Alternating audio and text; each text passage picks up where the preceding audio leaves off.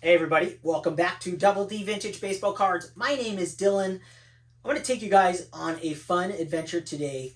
How I grade my own cards and the entire process from start to finish. Me grading them and the tools that I use for grading. And then, take you from there to where I make the labels on the computer, and then where I cut the labels, how I cut the labels out, and how I enter them into my spreadsheet and I scan them, and the final product. So it's just really fun for me because these are obviously for me, you know, when we do, why we grade cards, why I grade cards is for the look of the final product. Like when you have a card nicely framed up with the information of the card on the label, to me, it's a full-blown museum piece. That's what I love. And that's why I've always made my own labels. I did Avery labels before on card savers for a long time, way before YouTube. And so for me, and I've gone through like different generations, like from like hand cut ones, like I share all the time, to now being able to use Mag Pros, or also the other company. I'll lay that out as well, so you guys can have options where you buy the slab from. I'm not sponsored by anybody. This is just products I use. So I'm just going to take you guys into the whole process. So I don't know how long the video will be. It'll just be my standard, no editing. And with my new thing, I'll just take you guys around. So let's get into it. So first thing I do is grade the cards. Now sometimes, let me see if I can zoom you guys in a little more. Send you guys down here. Sometimes I'll sit here and I'll grab a card. So we'll take this card right here. I'll pull it out, take it all the way out of the holder of the penny sleeve. So I've already graded that. So instead of me boring you with that detail, what I do is I look for creases, look for wrinkles, look for scratches, look for all kind of imperfections with no sleeve on it. And I get really detailed with it. I have my reading glasses on, and then before I use the loop, I get a penny sleeve, and I'll show you guys what I do with these. And I learned this from Jimmy Guns, and you cut the corner off. I've always dinged so many corners putting these in through the years. I found out, yeah, you just cut the corner. I know there's a penny sleeve company that makes them pre-cut now, or like Brent Richards shared them the other day, and I'll probably buy those, but Jimmy Gunn showed me how to do that. He pointed it out in a comment, and it blew my freaking mind. So, okay, so I grade the card, okay? I use this loop right here. Amazon, nothing special. I think Orlando pointed this out to me. So shout out Orlando. It comes in a case. I always keep it in the case because of the dust. Next thing I have, well, actually, I'll get to that when we slab the card. I have a little cloth. Make sure it's clean. This one's not that clean. I just grabbed it because I'm not actually grading right now. A little cloth, and I have a blower here.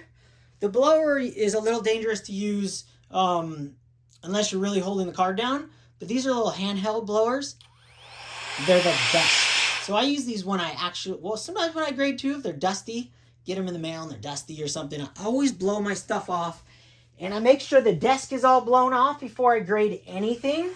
Always wash your hands, get the oils off your hands, all that good stuff. So I grade the card an overall grade.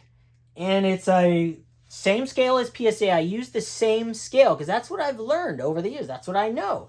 I know the scale, every detail pretty much of every single number. So this got an 8. But then as you guys know, I have a centering grade that I give all of my cards. And that's right here.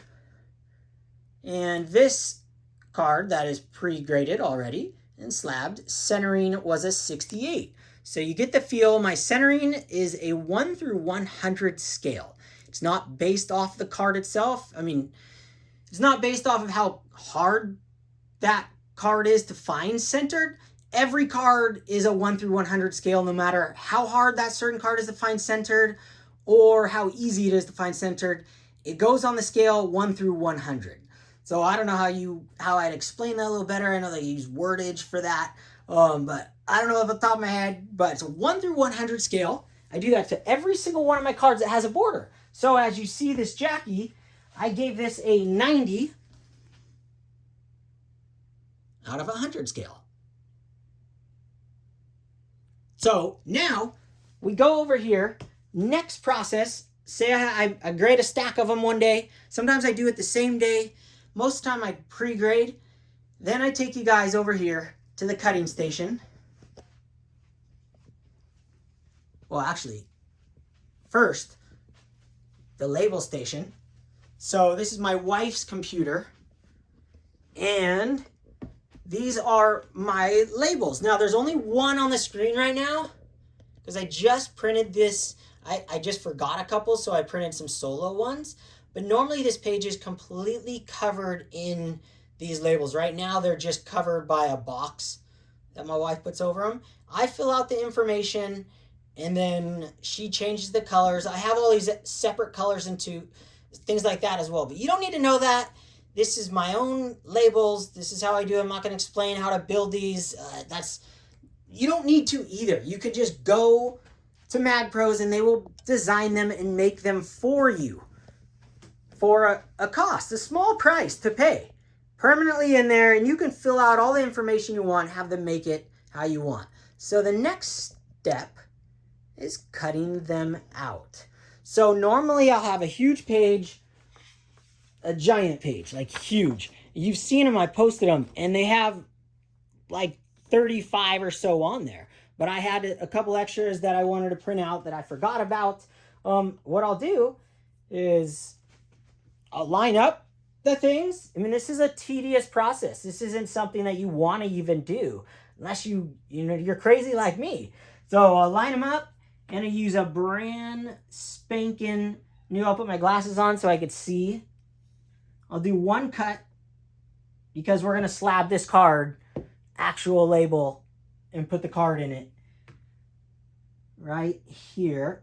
So I go like this, brand new razor blade, brand new every like halfway through your cutting. I put another, flip it over.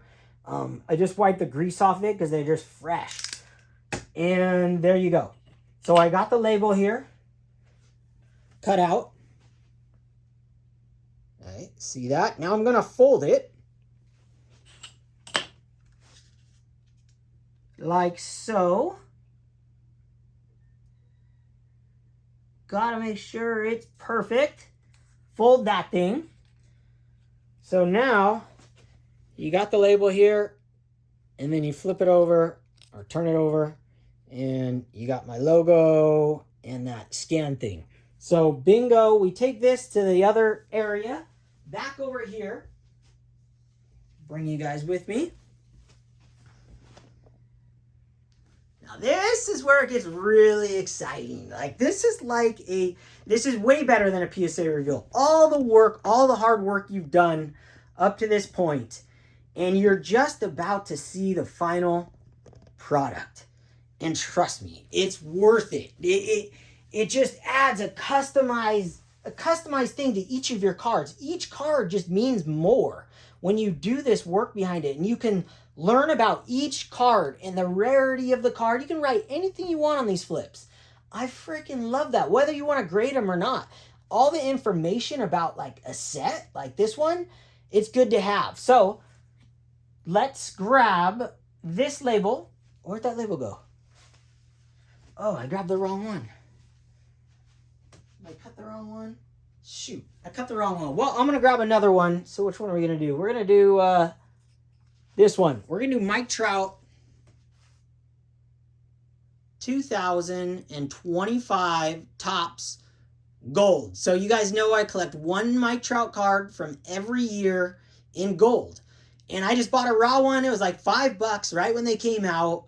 And I get a slab myself, and it came back an 8 and 100 centering. So let's slab this baby up. Put this here. Take your, I'll give you guys two options for cases. Let me grab them. I thought I was prepared, but you know, you just never know. So you have two options. One option are these Easy Snap 35 point with labels. Buy them on Amazon. They're like $1.35 to $1.50 each, depending on how many you buy. These are really nice. They're not as heavy. They're pretty dang clear. I don't like the snapping. I like the magnets way better. But it's up to you, and I like the feel of the Mag Pros better. But I'll use these when I run out of the Mag Pros. I bought like 500, so I've got plenty left. Or you could buy these Mag Pros from Zion cases, and this is 35 point regular cards. And these are like heavy duty, like really, really nice. So what I'll do, make sure we're focused. Yep. Take the thing out. Now, everything needs to be dust free, right? No dust. Use this thing. These always come with a little plastic dust on them, like all cases do. I blow it out, and then I dump this stuff out of it. And then I blow out the inside as well. I'm nuts. But I've had hairs in my braided slabs before from Beckett and stuff, so still have them. Blow that off. Don't touch anything. I never touch any of the glass that's going to show. I take my label, pop that in there. Actually, I put the card in first because sometimes that gets in the way. Take it out of the penny sleeve. Never touch the surface of the card. Put that in there like so. And I kind of just drop it right there. Move it in place. So now, and I make sure it's loose in there. Now I see a little speck on there. So what I'll do, I don't want to use the blower because I'll blow away unless I have a penny sleeve handy. So I'll put the penny sleeve here. Hold the card down. Okay, so that, to me, basically proves that that is on the card. It's a little dot. Probably why part of the reason it got an 8. Take the lid. Take the label, I should say. Put that in there. Put that like so. And then to make sure the label's lined up, I grab another card saver. Put it in there. Close it. Make sure you hear that so you know the card's loose in there and you didn't pinch the card, because I have pinched cards. You know, it happens sometimes. So once you know, moves a little, that's pretty sound. Means the card's floating around in there. It's not getting smushed. You know, I love that. I love when cards can float around in there. And then you know they're not getting wet on the surface. Like when the cards are smashed together, sometimes you'll get that like and all the other holders, especially on modern cards, you'll get like that bubble line. Like there's liquid in there or whatever. I have cards like that from all those grading companies. Not because where I live, they come through the mail like that. So I always liked knowing that you can hear it, like moving. Nothing's stuck. Cards not getting damaged by doing that. No chance, not on these regular cards. So this is the final product right here. And then I'll take you guys to the next step. Beautiful Mike Trout 2025 tops. And that guy will go right there on the wall, right next to, hold on, bear with me, getting jumpy here, right next to 2024. Bam!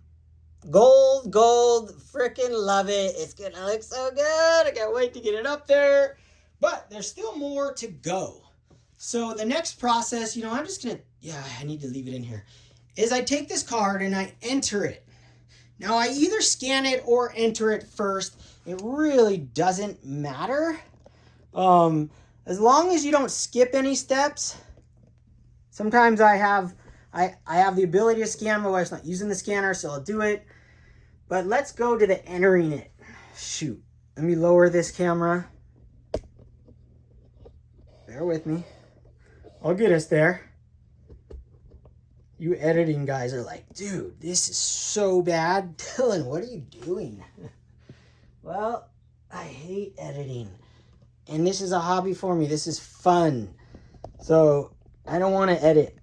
All right, I'm almost letting go, guys. That's what you're going to get. That's the best you're going to get. Take this card here. Maybe when I sit down, I can show you guys a little better. I'll put the centering scale right here. So the centering score was 100. And then I have a centering scale on each set. Each card individual gets a scale. Gets a number 1 through 10, how hard it is to find centered. So that's kind of my other grade. So the 1 through 100 is across the board, and this tells you how hard that card in particular is to find centered, and that becomes a 1. All 2025 Topps products will be a 1 because they're the easiest ones to find centered, right? Now the year 2025, enter that, Topps, and then the number 200, Mike Trout, and then I put gold, numbered, make this bigger for you guys. It is numbered 855 out of 2025. And the grade 8, DD for greater, serial number 36925. So I forgot, I haven't done 369. I started at number 124. The date plus the serial number 1, so I could continue on forever. So I totally forgot. So I have roughly like 125 cards I've slabbed. I was wondering, like 300? So, I said that in a video back, and I noticed that. I hadn't even thought of that. So this is where I put the price that I think it's worth. I think it's worth $5 all slabbed up. I will put the price I paid from